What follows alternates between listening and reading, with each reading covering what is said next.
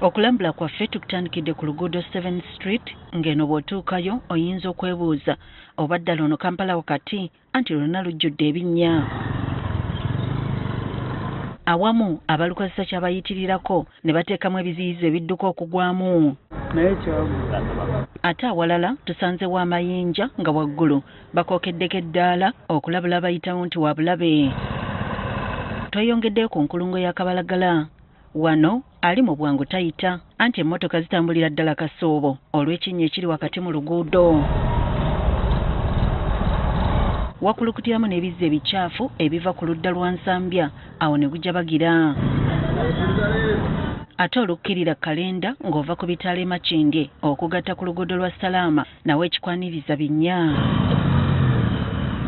Luno lwaliko koolaasi emyaka ena egiyise ng'oggyeko okuliyisa mu tulakita ebinnya ebiri muno tobala. Tutuuseeko ne Nateete mu budde obw'akalasamayanzi bwe tubeereddeyo ng'oyinza okulowooza biseera bya ku makya akalippagano we kayitirira. Kino kiva ku kinnya ekirudde nga tekikolebwa. Ffe tuli bubi nnyo wano okuva ku paaka y'e Nateete okutuukira ddala e Nalukolongo oba Walakata. Ndowooza kati kirabika kituuse mu mwaka nga mulambo okuva enfufulo yatandika. Abalukozesa batugambye nti kati basalinkiriza walala okwebalama ekinnya kino. Omusabaze ava e Kampala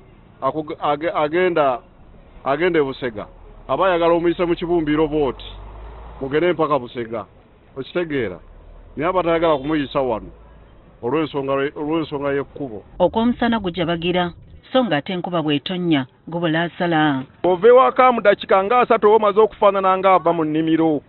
Era tusaba bekikwatako batuyambe kubanga ekyamazima n'endwadde zituli bubi. Olulala lwe tulabyeko lwe luva ku Ring Road okugatta Kalittunsi. Eno naye ebidduka bitambula kasoobo olw'ekinnya nga n'oluusi emmotoka zitwala eddakiika nga tezinnasala olw'akaguudo okuba akafunda ate nga kalimu ebinnya. Bwe twogedde n'omwogezi wa KCC Eden Wabiine ku lukoma lw'essimu ebinnya bino ebisitudde enkundi abitadde ku nkuba ebadde etonnya obuteddiza amazzi ne gaggweera mu nguudo. Gasima ebifo ebyo mwe gatuukira ebyo ebifo ng'eby'e Nateete ebifo ng'ebyawo ku Nsaafi ku Ndeeba. Ekirala be bagoba b'ebidduka naddala aba boodabooda abavugisa effujjo ate nga batisse ebyuma ebisomoggola enguudo. Basanyuse mu mipiira gino egibeerawo ku wiikendi ne bajjayo sitaadi ne bakulubuza. Abamu baba bavuga boodabooda bakulula ebyuma ng'emitayimbwa mu nguudo. Singa emmotoka eziba zeetisse nnyo okuyita mu bifo ebimu ne ziyiwa ettaka oba ne ziyiwa ebyo biba byetisse. Nowabiine atugambye nti mu kiseera kino kye bakola kwe kuddaabiriza ezo ezikoseddwa nga bwe balinda okuzikola okwannama ddala. Enguudo ezisinga zino ze tuddaabiriza zigenda kuddibwawo naye kye tusookerako ezimu tukola sectional repairs oba okukwata ekitundu ekimu ne tukigiramu.